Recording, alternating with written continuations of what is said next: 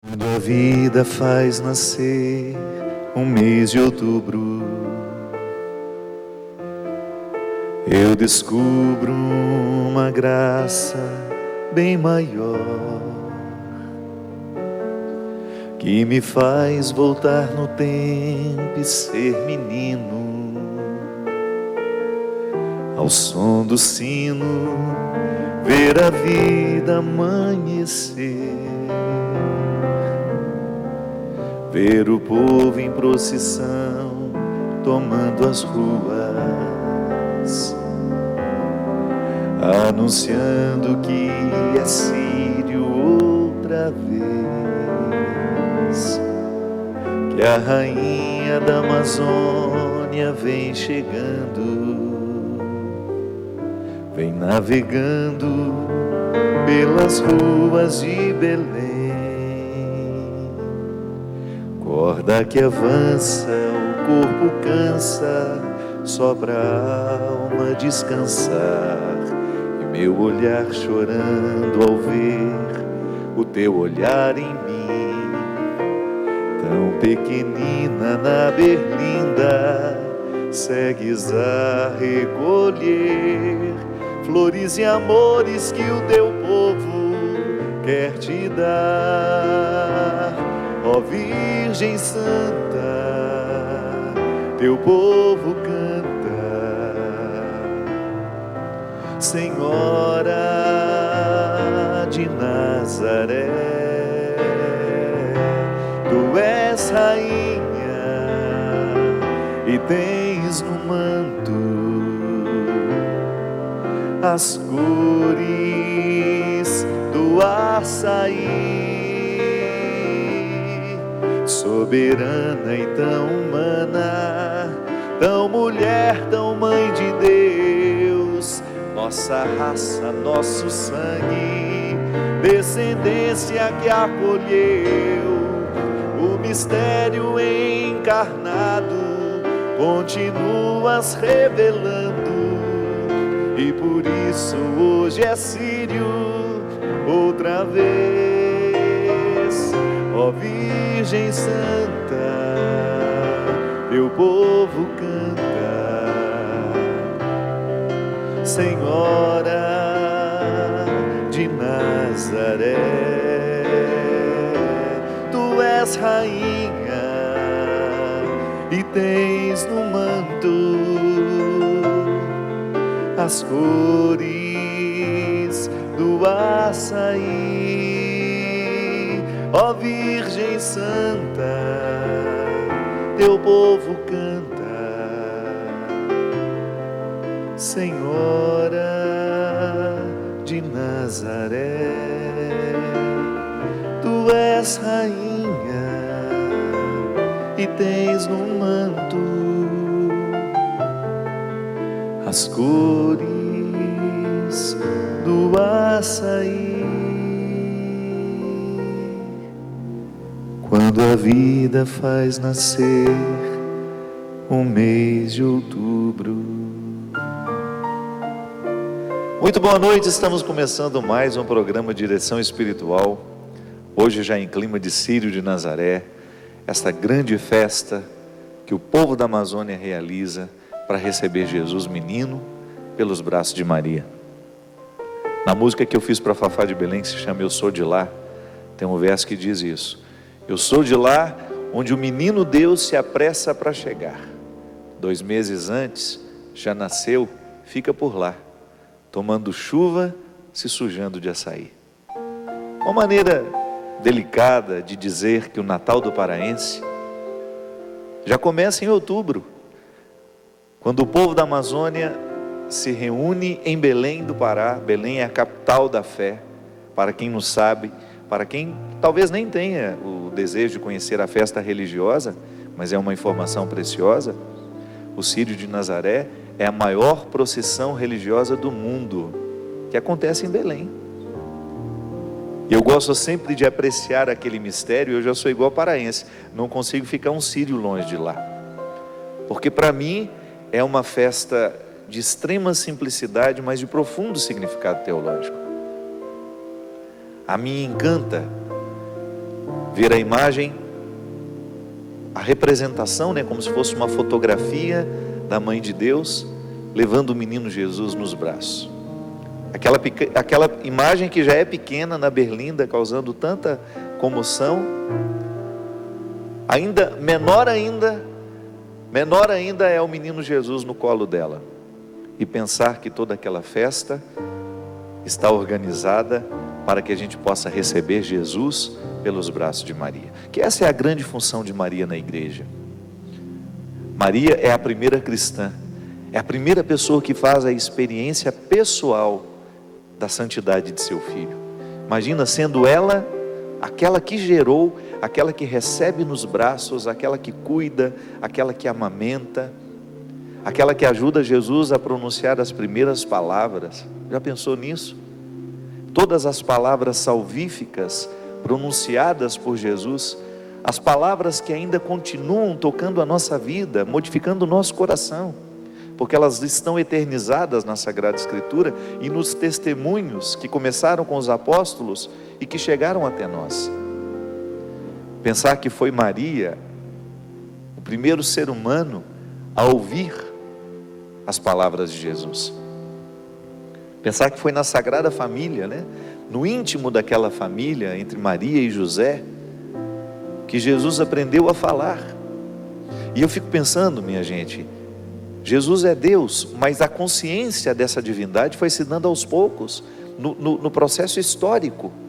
A igreja nos ensina isso de maneira sensata, né? É sensato pensar isso, que a divindade de Jesus, ela foi sendo percebida à medida em que ele crescia, em que ele ia assumindo a consciência de ser quem ele era.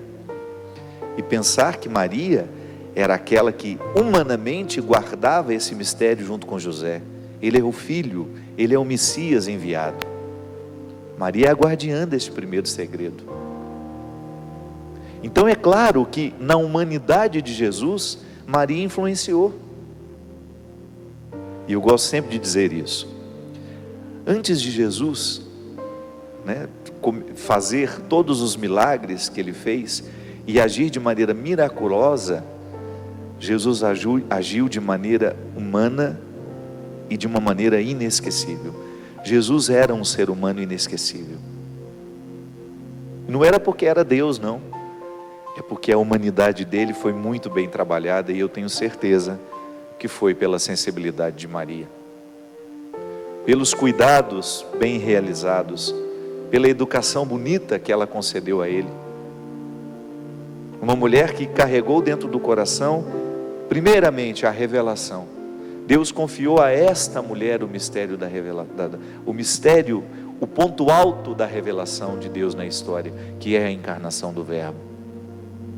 É no seio de Maria que Jesus recebe a carne, que o Verbo recebe a carne e se torna, historicamente, esse Jesus que passou pelo mundo, que foi crucificado e que ressuscitou e que está na glória.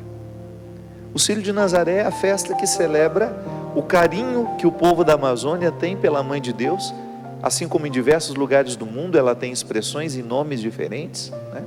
Como aqui em Aparecida nós temos Nossa Senhora de Aparecida, padroeira do Brasil. Nós temos em Belém do Pará Nossa Senhora de Nazaré, a Virgem que recebeu a divina missão de educar Jesus para que ele tivesse condições de viver humanamente falando, de maneira muito, muito aprimorada, muito harmoniosa, a divina missão de ser quem ele era. E muito em breve nós vamos começar o tempo do Advento. E o que é o Advento? O tempo da espera. A igreja é muito sábia em nos convidar a viver liturgicamente o preparo desse Sírio, né? Desse Natal em Belém. Eles já recebem Jesus antecipadamente. 2 meses antes, ele já chegou, já está por lá, já está fazendo festa, já está entre o povo paraense. E nós vamos viver essa mística contemplando o Advento, vivendo a espera operante. Esse termo é um termo de Moltmann, um teólogo inclusive evangélico, que refletiu com muita sabedoria a escatologia, o conceito de esperança dentro da escatologia. O que é espera esperante, minha gente? É a gente se preparar fazendo alguma coisa. É esperar trabalhando, né? É como a gente receber uma visita. Alguém vai chegar na nossa casa e nós esperamos por essa visita. Como? Geralmente a gente faz uma faxina, né? A gente limpa bem os cômodos, a gente prepara, a gente deixa mais bonita, a gente vai lavar os lençóis, enfim, a gente vai realizar alguns preparos que vão demonstrar o nosso carinho, até mesmo cozinhando aquela comida que a gente sabe que a visita gosta, ou então mostrando os pratos típicos da nossa região, para que o outro se sinta acolhido, se sinta amado. A liturgia do Advento, ela nos convida a preparar o nosso coração para que quando este menino Jesus chegar, ele tenha um espaço propício para crescer. O Salvador está chegando. Nós vamos receber este Salvador no nosso coração. Mas é muito interessante a gente identificar que se esse Jesus não amadurece dentro de nós, se ele não cresce conosco, nós corremos o risco de viver eternamente uma fé infantil, que não nos compromete. Não é? É muito fácil a gente viver um cristianismo sem comprometimento. Basta você não permitir que Jesus cresça. Basta você não dar a Ele os elementos para que a sua graça, atuando na sua humanidade, possa lhe encaminhar para uma fé madura, para compreender o significado pleno da salvação. Interessante que às vezes nós usamos uma linguagem muito imprecisa. Às vezes a gente cria um discurso equivocado, né? Por exemplo, quando nós dizemos que Jesus morreu para nos salvar. É certo dizer, não tem nenhum problema você dizer que a morte de Jesus nos salva, nos resgata do pecado de Adão. Mas é muito mais completo dizer que o nascimento, a vida, a morte e a ressurreição de Jesus, essa totalidade do acontecimento, é que nos resgata, é que nos salva. E é por isso que a igreja, com muita sabedoria, cria os tempos litúrgicos, que é justamente para nos ajudar a diferenciar o que daquele mistério nós celebramos. No Advento, nós celebramos a espera, o sacrifício, o silêncio, a quietude, para que o nosso coração seja preparado para receber bem esse menino, que depois vai nos encaminhar com ele, da mesma maneira como uma criança cresce, atinge a autonomia, a maturidade, Jesus também vai nos encaminhar para a autonomia e a maturidade da fé, que é quando nós realizamos as coisas por valor. Não é o outro que está me vigiando, não é o outro que está me cerceando. A maturidade da fé gera homens e mulheres livres. E é tão interessante, minha gente. Depois o Natal vem nos propor refletir o nascimento dele em nós, as repercussões que este nascimento tem no nosso coração. Depois você vai vivendo os outros tempos. A Quaresma também voltando à dimensão do sacrifício, para nós lembrarmos os últimos passos desse Jesus histórico no tempo, passando pela Galileia, realizando o que realizou. E nós vamos vivendo liturgicamente através dos evangelhos, através das celebrações, a dinâmica deste nascimento, desta morte, desta vida, desta morte e desta ressurreição. Para quê? Para que nós tenhamos os efeitos desta graça. Para que nós possamos saborear, né, a graça de viver essa proximidade com Ele. Toda vez que liturgicamente nós celebramos a presença real de Jesus através da Eucaristia, nós estamos conclamando todo o significado da sua vida. O que significa ser eucarístico?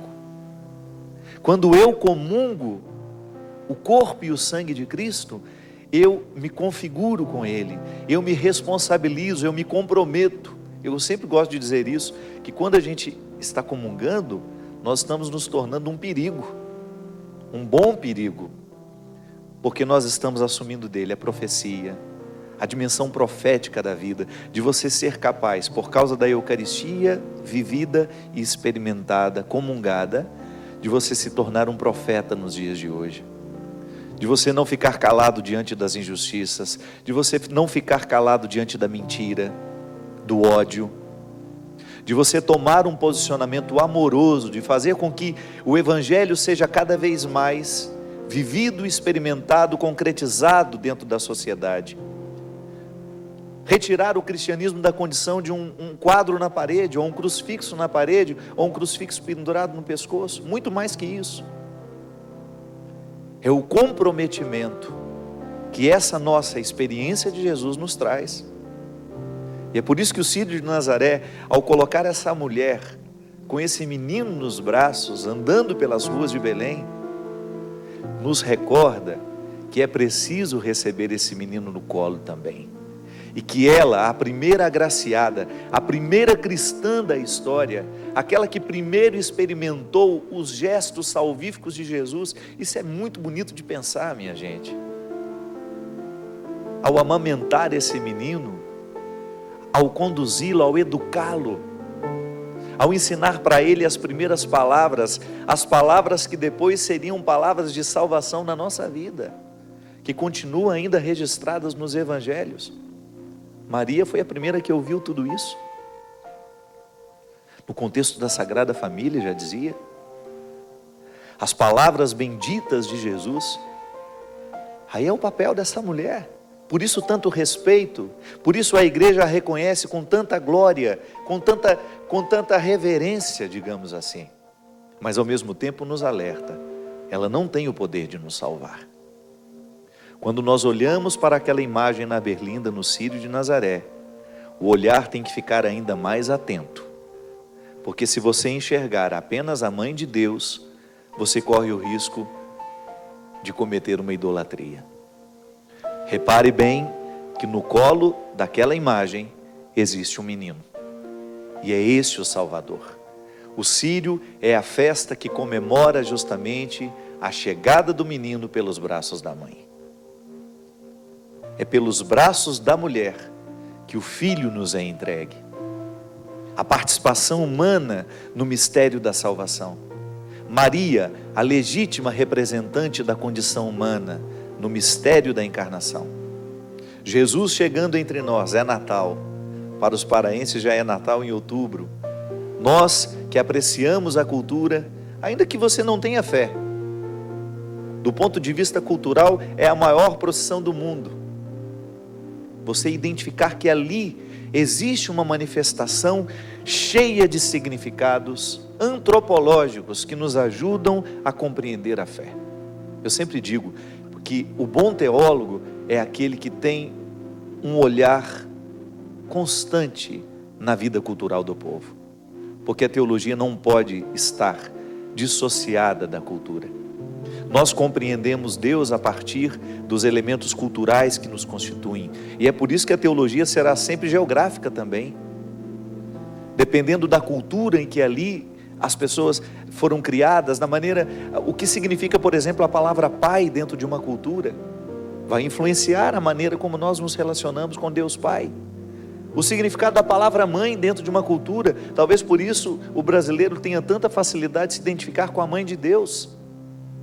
E porque temos essa facilidade de nos identificar com a mãe de Deus, maior tem de ser o nosso trabalho como teólogo, para que isso não incorra numa idolatria, para que a gente coloque Jesus e Maria nos devidos lugares, porque Maria também não fica satisfeita quando, a partir de uma devoção, o Cristo é esquecido. Não podemos. E a mim, no Círio de Nazaré, não existe essa confusão. Para mim não existe, pode existir para outro, para mim não. Quando eu vejo aquela imagem passeando pelas ruas de Belém, a alegria e a emoção provocada é um povo agradecendo. Obrigado, mãe, pelo presente que a senhora nos traz. Da mesma maneira como a nossa mãe nos comove tantas vezes com os presentes que nos deu. Você deve ter tido uma relação muito estreita com sua mãe. É provável que você tenha vivido que boa parte das suas alegrias, das generosidades que a vida lhe proporcionou, lhe tenham chegado pelas mãos da mãe. Então ali, na noite do Natal, o que nós agradecemos? É o contexto da Sagrada Família, é a generosidade de Maria, de José, de oferecer ao mundo, de sacrificarem as suas vidas.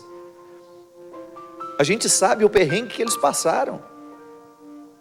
Nós sabemos como foi difícil para eles assumirem aquela missão. Maria, sendo a depositária do mistério, né? Ela foi a primeira a conhecer o mistério. Vai ser assim. Será assim que Deus chegará ao mundo? Imagina a responsabilidade dela. Será a partir do meu ventre que Deus entrará para a história de maneira definitiva. O ponto alto da revelação passará por mim. E depois ter de conversar com o noivo dela para que ele pudesse entender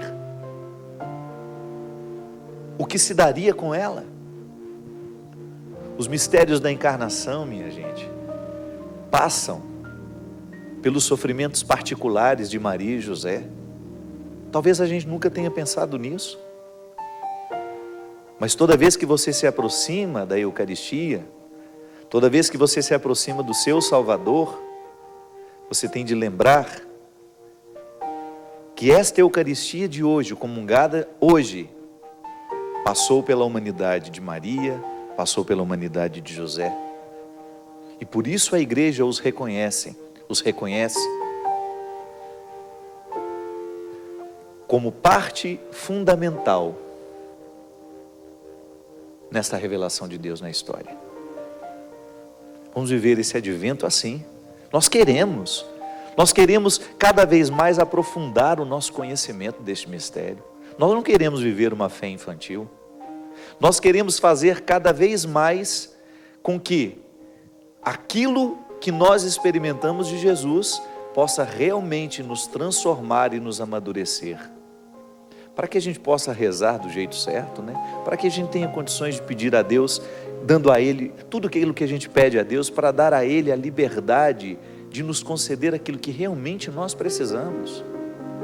Deus nos ama, e porque nos ama, nem sempre vai nos dar aquilo que a gente quer.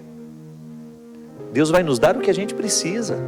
É como uma mãe que dá ao filho o alimento que realmente o alimenta. Se a mãe vai escutar o que o filho quer, é provável que ele vá querer sempre um alimento que não vai alimentar, vai pedir sempre o que é mais gostoso.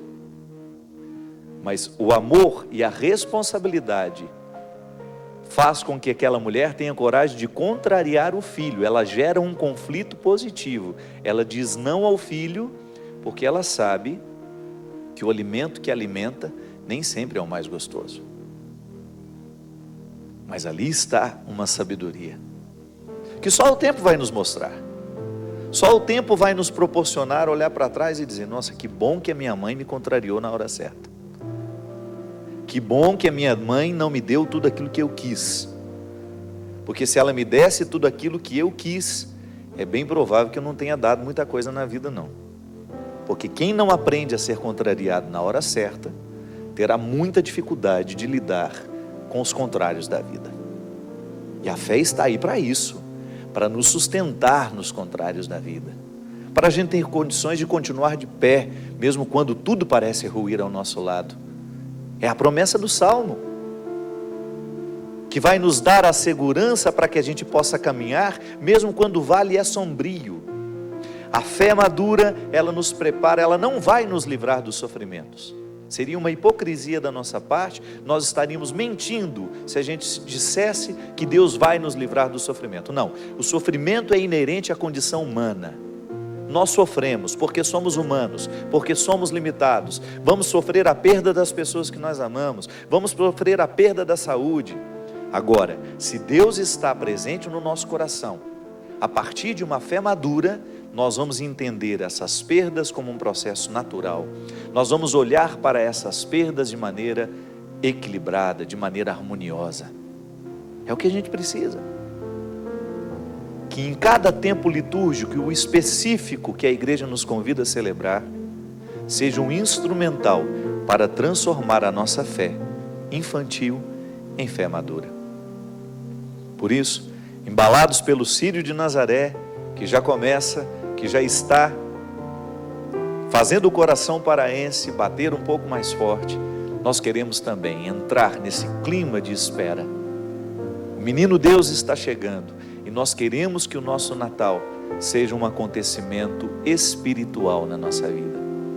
A gente pode até viver a graça de dar e receber presentes, mas o grande presente que nós queremos receber neste Natal é esse Jesus que nos chega para nos conceder o dom de uma fé madura.